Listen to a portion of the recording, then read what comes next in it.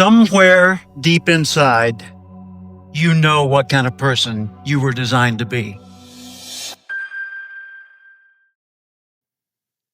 If you want to produce great acorns, think like an oak, not like an acorn. Think like the person you intend to become. Like the Christian question, what would Jesus do? Ask yourself, how would the person I'd like to be do the things I'm about to do? The acorn has three parts. It's got a stem, a cap, and a seed. And the stem represents its connection to the past. All the acorns, all the oaks that have ever existed in its line before are encoded in that transfer through that stem, the legacy into this acorn. The cap holds onto the seed until the seed's ready to grow on its own. So the cap represents your coaches, your mentors, your role models, your guides, your parents, your friends, your teachers. And when you're ready to grow on your own, the seed of that acorn holds not only your potential, but the potential of every future generation of acorns that will spring from that line. So let me ask a question. What kind of seed is in you? See, I believe part of our responsibility in life is to find out who we are, to discover ourselves. First off, we need to respect our nature. We need to realize we are part of a continuing chain that carries a legacy and a responsibility. And if that's the case, then we need to recognize that we were not biological coincidences. I believe there's a creator, and I believe you were intentionally created for a myriad of purposes. There are many things we can do with our lives.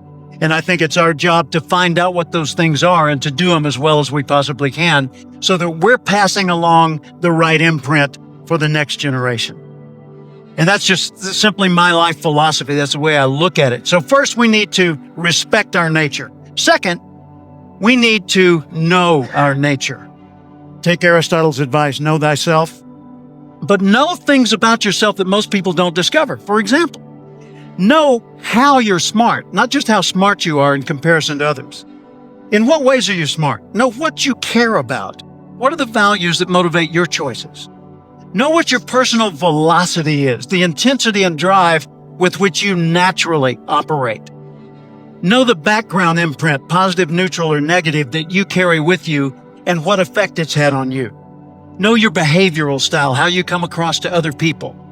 Know the patterns in your choices so that you're continually learning more and more about what it's like to be you so you can do an even better job of it. And then we need to apply our nature. We need to nurture our nature by expressing ourselves in the world. See, I never expected to be anything but ordinary. I was raised to be nice and ordinary. I expected I would grow up to be like Dad worked for the phone company. I figured I'd go to work for the phone company, maybe work in an office. I figured I'd work till 65. I'd have 1.34 kids. I'd retire at 65, and then I'd die at the statistical average age for my gene pool. That's what I expected. Until one day in 1972, on the radio in the next room to mine, I heard a voice that changed everything. I was working for the Little Rock Housing Authority, Little Rock, Arkansas, Urban Renewal Agency. I was a government clerk making $525 a month. I weighed 200 pounds. This is 148. I smoked 2 packs of cigarettes a day. I had never set a goal in my life. I didn't have a college degree and no money in the bank. I was newly married with a new baby at home, and I didn't expect much from life. And in the next room, I heard the voice of Earl Nightingale, known at the time as the Dean of Personal Motivation. He was on 900 radio stations around the world, and what he said that day will forever resonate with me. He said, if you will spend 1 extra hour each day studying your chosen field, you'll be a national expert in that field in 5 years or less. That hit me like a tornado. It rearranged everything in my life. I started doing the math. An hour extra a day, so let's say 5 days a week, 50 weeks a year, that's 1,250 hours over 5 years. if I spent, me, just ordinary me, 1,250 hours studying one subject, wow, yeah, I could actually be a national expert. What do I want to be an expert at? Well, it's not urban renewal. And then it occurred to me a few weeks later, I want to do what the guy on the radio's doing, but I had no idea what that was. I just knew it felt right to get into the field of human development. I thought, well, let's see, an hour a day. I'm a government clerk. I've got 8 hours a day. And then I started thinking about what he had said, and I took him seriously. An hour a day. I focused, well, I thought I was kind of behind the game, so I needed 2 hours and 3 and 4 and 5. So I overcompensated, and I became fanatical about the field of human development. And in that 5-year period, I went from being a government clerk with very little aspiration to being a full-time speaker and trainer. In 2 years, that was 1972. In 1974, I started buying Earl Nightingale's training materials and selling them to businesses. By 1984, his company was selling my training materials worldwide. They sold $3.5 million worth of one of my first audio albums in the first 2 years it was out. I was blown away.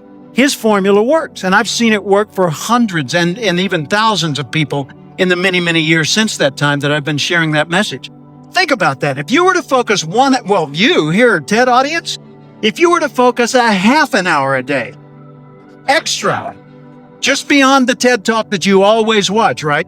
Every day. Okay, beyond that, if you were to focus half an hour of study on one field of endeavor for 5 consecutive years, you'd not only transform you'd transform the world around you.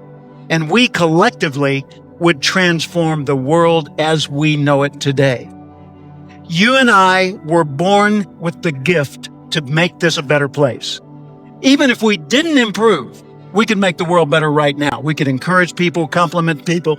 We could solve problems. We could pick up trash. We could fix things. We could bring new ideas.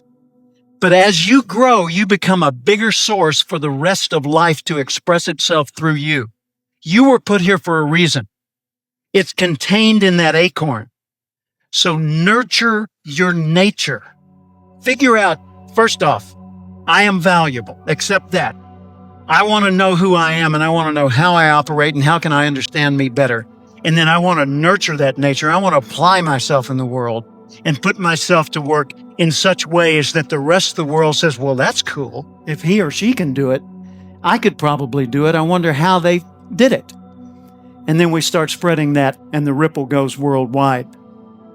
So ask yourself every day, how would the person I'd like to be do the things I'm about to do? Thank you.